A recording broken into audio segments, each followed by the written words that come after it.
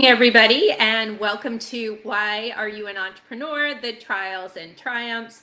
For those of you turning in for the first time or watching the replay, this is where I bring you rock star entrepreneurs every single Thursday who are moving, shaking, making things happen. And if you're an entrepreneur, you know how hard this journey is. And so we're here to come together to share some best practices, words of wisdom, and let you know you are not alone in this. And tonight I have Carol Stokes. She is a life coach. She's an author of multiple books and an entrepreneur. She's also an attorney who's kind of gone down the entrepreneur path. So it's going to be interesting to see this. So Carol, welcome. I'm so glad you're here tonight. Thank you, Maureen. I'm really happy to be here. Thank you for having me. Oh, absolutely. All right. So let's start with the question I kick out of the gate here. Okay. Why are you an entrepreneur? Why do you have your own business? I cannot imagine doing anything other than that because it allows me to do what I want to do, pave my own way instead of following someone else's path. I see a lot that needs to be done or could be done, and I've been encouraged in my early life, and I'm still encouraged every day by what I see and certain mentors and role models. But I have my own business so that I can do what I think would contribute to the world in a greater way. Yeah. And what is that? Share with everybody what your business is. Okay. Well, I help women. I am a life coach for women because I see there's room to help women create. I'm so sorry. It's all right. It's technology. It's messy. Oh, please forgive me. Especially when you have a little one. Yes, I do what I do because I help women create boundaries and prioritize themselves so that they can create a life that they love. Pretty much what I've done. And I see that there's room to help other women get to that point as well. So that's why I do it. So, how did you come to this point in your life where you thought that you should make a business out of doing this? There is, sometimes I describe it as dancing with two left feet. I've been an employer before. And again, what you're doing as an employee is following someone else's rules, someone else's dream. And so it is my dream to help women see that there is so much more for them. And what's interesting is, okay, I've met a lot of women in the legal practice, working in the community, and I find it really fascinating that it seems that almost everyone has a dream, and for whatever reason for them, they just don't see themselves pursuing that dream. And so I saw a need. I saw a need, and I still see a need to help women see beyond what society is showing them that they can be and that they can do. And there was enough there to have a business, to open up the possibilities and not be limited by what someone else says I can and can't do. And there are more than enough women, I think, who are in those shoes, who actually want more and just need some guidance. Okay, so I'm going to ask you to move closer to your mic because you're kind of in and out. Oh, And okay. there you go. So Okay. I want everybody to hear what you have to say here. So I All don't right. want anybody to miss a word. All right. So a question for you. You are an attorney. You practice law. Are you doing this now full time or are you balancing both? I am coaching full time. I do have people who call on me still. And quite frankly, if I say yes, if I say yes to anything legal, it is simply to help a family member. But no, I am not practicing law full time and have not been practicing law full time for a few years. So, what is the difference between practicing law now and pretty much having your own company with, gosh, it's a completely different audience now that you're having to build a business with? I mean, It these is. people legally, aren't they coming to you? It's like, oh, they need legal services. I'm right here. Here, it's a little bit different, right? It is different, but for me, it's not that much difference. The difference is, I'll share this much. Practicing law, I was self-employed. Well, I still am, but I was running my own law practice. So I was still a business owner. And the people I run into, I give legal advice to, but there was always a part of me who wanted to do a little bit more. And so I really gave a lot of unsolicited advice. So I was still kind of guiding people along the way, in addition to the legal service I was giving. So there's a hint of a different audience. And a lot of those clients were women, so I was still guiding them. And I've also worked on so many boards where I have been board of a director in the women's league, so many capacities in which I have still been helping women. And so I have all through my life, I think, been working with my audience, but in a different capacity. So your Um, internet's going a little bit in and out. oh So I goodness. want to make sure you're like fuzzy 1 minute, underwater the next. So let's hope this sustains itself, right? Because you have some really important things that, you know, women are they're special and they need other women to Yes. build bonds and solidarity with, right? Right. And Right. so as an entrepreneur, as a female entrepreneur, what would you say to other entrepreneurs who you may be working with who are venturing in on that? Is it different for women than men? I think it is, and that's why I so wholeheartedly support working for women, because I don't think we're taken as seriously as men are, and so the path is a little bit harder. In fact, that supports part of the reason why I do what I do, and I do it for women, because I think we are underrated in one respect. We're pretty powerful. I think we're very intelligent, and I don't think that sometimes we even recognize just how intelligent and amazing that we are, and how much we can accomplish when we focus and actually go for what we want. And I think as a whole, society says women are the weaker sex. And with that mindset, I think we become so entrenched with that mindset that we don't even realize how we shortchange ourselves sometimes. And so, with that, yes, it's harder for women because, for the most part, people are thinking, oh, the man is smarter, he can do more. Um, and it's harder for women to say, I can go for what I want. Awesome. And so Ajo Marielle, hi, one of my former guests on here. She says greetings from Atlanta. She is also just a rock star entrepreneur as well. So she has Awesome. joined and is saying hello. All right. Awesome. So what is hard about entrepreneurship? What has been the hardest thing that you have experienced with this? Whether it's been your law practice or life coaching, just as a business owner. Oh my gosh. Um, as a business owner, and especially when you throw in, even if it's been a law practice, I think back to the hardest part is starting knowing that you can do this, and listening to people who have done what you're trying to do because they know. I remember when I started, I remember when I started my law practice, one of the biggest problems I had, let me back up just a second. I never think that I can't do something. So I don't mean it in the respect that, oh, I don't know if I'll actually accomplish or I can do it. I don't set out doing something unless I think I can do it anyway. And I'm pretty stubborn like that. And I think, okay, why not me?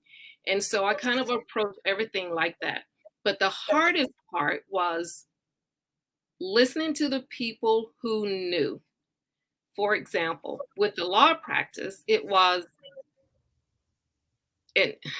I find it interesting. Most people gave the same advice, and that is get your money up front. Well, I ran across plenty of people who had hard luck stories, and I let them slide, make arrangements with them. And then later, when I tried to collect, oh, they were a different being altogether. Yep. And Yeah. then I It's understood. the goodness in you, and you want to make an impact, but you got to make an income, girl. That's Right? right. Or else you're not going to be able to help those people out there if you keep giving your brilliance away, right? Yes. Yeah. And so the hardest part really is having a heart, but still being firm. That's the hardest part. It really is. Um, I meet women now, I meet people now who are on a different path, um, because some people are coaches, some aren't, but everybody thinks, oh, it's just doing this or it's just doing that. And they're looking for more than they're willing to contribute themselves. In other words, I'm willing to help people, and I think we all should encourage that, but people have to be willing to invest in themselves as well. It's great Um, advice. Great advice.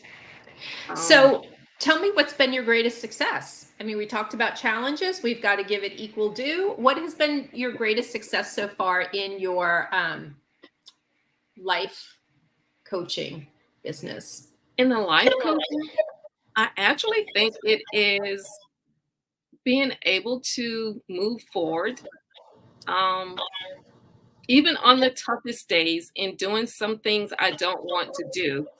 I think that's a win in and of itself, and making an impact. One day waking up and getting responses from people that you're trying to help, and you realize, oh, I am making a difference. I'm actually making a difference. And so I have to remind myself, in all honesty, I have to remind myself that um, I am not the sum total of my bad days. There's a bigger picture there.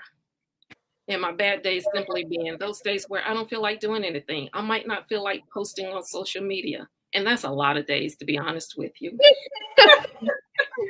I was going to say, what's your greatest marketing challenge? That's a nice transition because I know that marketing is challenging and everybody kind of has some special best practices out there. But I like the fact that your mindset is clear. I mean, that's the whole idea. Is there are days none of us want to do this, and none Mhm. of us want to really do like the corporate job either. We all Yeah, have days like this. yeah, But I think what you said is really important. It's not the bad days aren't the sum of the whole thing, right? yeah. It's just kind of a Right. little blip and you keep going. So tell me about your marketing. Where do you actually find yourself most successful in connecting with your right fit audience, communicating with them? That is a very good question. So I am still on that quest right now. I spend most of my time on social media, but I have to say that I do have a good email community that I've built. And that too is continuing to grow. So far between the two, um, I'm quite thankful. I am. That's great. No, that's great. I always say to people, social media will only take you so far, but the fact that Mhm. you're getting them off social media and building Yeah, your list. All right, everybody, you hear that? I keep harping it on it, but now you've got another, person telling you that email marketing got to get those people on your list so you can nurture them. so Um, true. Yeah, yeah, yeah. I always say you're only renting those platforms. You don't own your yeah, content, you don't own engagement. I always say Mark Zuckerberg can shut your page down. And so many people have had their that's company right. page shut down and Mhm. can't recoup anything. And so don't let him have control over your business or any of these platforms at That's all. exactly right. That's exactly right. And that's so similar to, um, I don't want to stay on or focus necessarily on the law practice, but when you're owning a business, you want your business in-house, so to speak. And so if you are counting on your posts, your likes, your comments, all the people who are following you or showing up, but you're not bringing them into your storehouse, so to speak, or your business, then you don't really have that. And Yeah. so, yeah, you're not really building that business until they walk through your doors, and those are your doors, not someone else's Right. doors. Right. Yeah, It's your brick and mortar when you think about it. Your website right. is your brick and mortar. It's, welcoming them That's into right. your store, holding their hand, getting to know them personally. And you're right, those are your customers, not Right. Amazon's, not Etsy's, not, anybody on social media. So take control of your company, That's right? right. That's exactly Yeah. right. Yeah. Yeah, I'm so glad you're saying this because I don't think a lot of people have thought of this before because we put so much into social media. We think it's like the end all of our marketing. Oh, I'm going to grow for no money. It's going to Mhm. grow organically and you spend a lot of time on it, but that's only for brand awareness. That's just to Yeah, get your name out there. that's exactly right. And I also see it as part of when you get that understanding, it's a matter of understanding management. And again, you're managing a business. And so part of that management is you're looking at prospects, you're looking at customers, and there's a big difference. And you're looking at your access to them and how much time you can spend with them and how you can reach them. And if you have to go outside of your own space that you actually own, so to speak, or have control over, then you don't actually have them yet, and you have more management to do, more managing to do to bring them in. So, I want to talk about how many books you put out.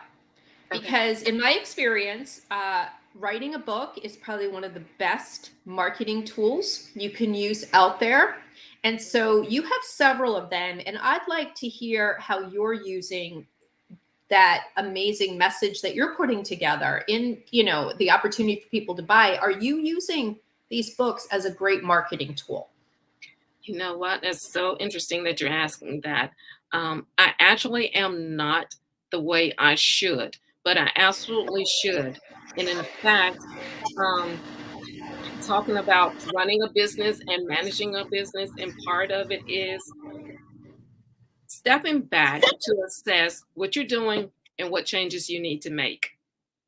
I have two books I've written, solely yours, and they are so in line with what I'm trying to do or the work that I'm doing as a life coach. And I thought, okay, at some point, those will be incorporated into the work that I do. So far, I haven't done that. In fact, to be honest with you, and I think this is the first I've shared with anyone, is I'm looking at doing another one that actually aligns with the work that I'm doing, that's even more specific to helping women to set those boundaries and prioritize themselves. All But yeah, right. it definitely is a great marketing tool, and they're so helpful as a resource when you're trying to teach, do a workshop, um, even as to have for, I don't want to say, okay, well, those are entrepreneurs out there who are listening. If you need a lead magnet, if you need a workbook, if you need some kind of resource to send your clients to, whether you're working with them one on one or in a group coaching session, um, it doesn't matter. Give them something that they can refer to that helps you to do exactly what you're trying to do, get them from where they are to where they want to be. So it's absolutely perfect. Well, the couple things you just said that I think is just gold. First off, you're giving them something that they're going to remember you by, even if they're not ready to take the leap, right? You're in their head. They're getting to know you. They're getting to like you. They're getting to trust you. But you know what? You did something very authentic here, Carol. Is you admitted that you haven't done something that you know You probably should be. And it's kind of an awakening going, all right, Maureen just brought something to my attention here. When I Yeah. get off this, I'm going to start using my books Yes. as a marketing tool. But you were, you know what? You were truthful about it. And some people will not recognize that, you know what, there are opportunities out there. And you know, maybe I do need to focus in on it, or it's not all perfect. You've got to identify, you know, and admit, you know, I haven't been. You could have lied. You could have told Yeah. me, oh yeah, I'm using those left and right and it's all perfect, but you were honest and I appreciate that. Oh, thank you. Well, and it takes me back to something you asked me a little earlier too. You said, well, what's the difference about the law practice business and the life coaching business? Well, what's the hardest part and so forth? Well, here's the thing. Sometimes, in all honesty, so I did that, or I've done the law thing for 30 years plus. Okay. Making a transition can be tricky in that there are things to remember. I did that for so long and in such a capacity that I might not remember everything, but that is part of the learning and the growing. And we're always learning, always growing. I don't care how long we've been doing something. And so that's just the truth of the matter. But with that, it also helps me to help my clients and my potential clients because I've walked in those shoes, I can tell you. It's Yep. because I've walked in those shoes, I can guide you. And I so, think, you know, there's nothing more important than real world experience, not theory, yeah, right? This yeah, isn't read from a textbook. This is real life experience and how you overcome those obstacles. And I say that to people when you're building your business, seek out people who have done it and mhm, know the process, not those that are practicing on you to figure mhm. it Oh, yes, out. yeah, That's yeah, big the difference. thing. Yeah, there's a huge difference. They're Yeah, like, oh, I'm starting a business and I'm going to go ahead and help them, even though I've yeah, never done it, but yeah, I'll learn it. yeah. It's just so funny. So the fact that you have, you know, pure raw real world experience, I think just makes a huge difference. For those of you out there who are looking for a life coach, think about that. That's very important that you find somebody who has that authenticity. So Yeah. you go. Oh, Joe, Marielle, you go, Your Honor. She is great. Yes, yes to making an impact and an income. You're like interacting and engaging with us tonight. This is so awesome. I love it when Right. people tune in and you know what you're saying is making a difference right now. I don't think people realize that anytime they get the opportunity to get their message out there, even if it's just to one person, Carol, you're making a difference. Yeah, That's really that really is the case. yeah. Um, okay, so tell me what makes you different, Carol. So I've talked about, you know, you and you are in a very competitive industry. I mean, there are a lot of life coaches, and Yeah. we've talked about authenticity in real world. Okay. But beyond that, what would you say to somebody that you need to pick me over them? The first thing that I always say is, what makes me different is I am me. In other words, no one else can be Carol. And because of that, it's similar to what I was just sharing a moment ago. Because I have walked in certain shoes, I can help you. Because I've been in your shoes, I can help you. But here's the thing, what makes me different is this: we're each individuals.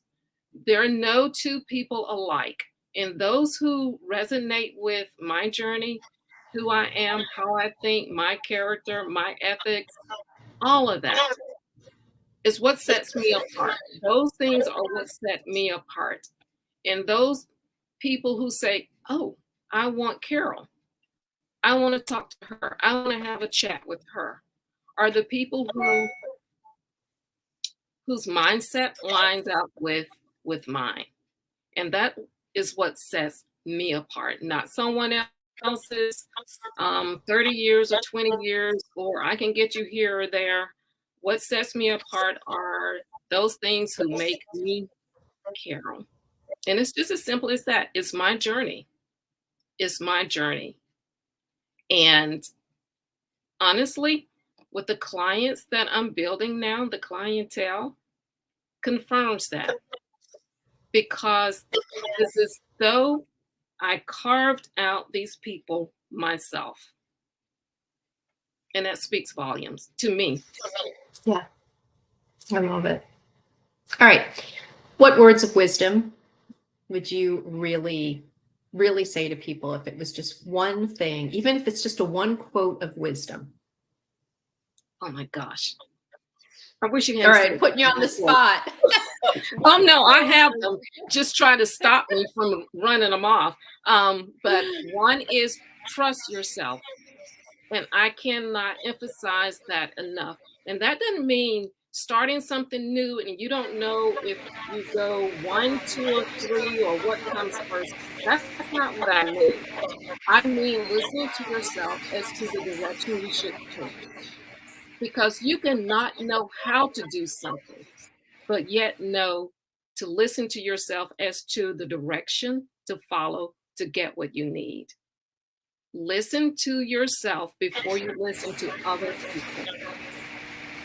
That's great And I advice. think that that is a gift that I have. So back to what sets me apart, um, I'm a firm believer.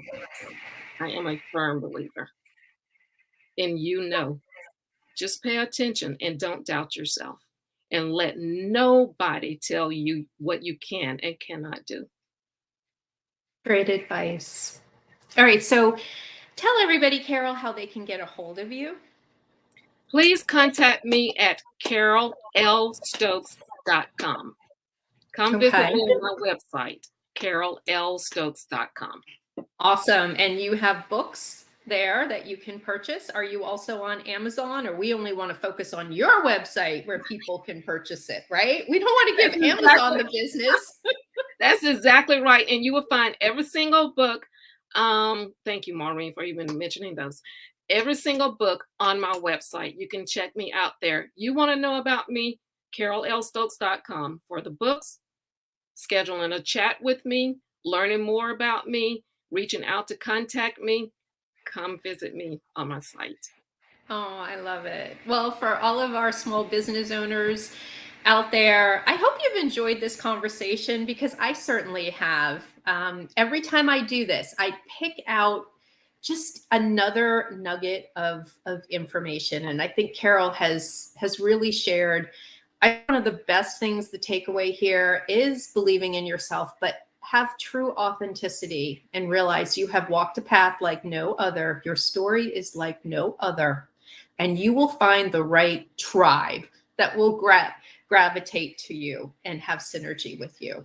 Okay, you just got to get your word out there, and you got to market those wonderful books that you have spent time creating. So there's another thing to take away is Carol has some amazing books for you to go ahead and purchase and get to know her better.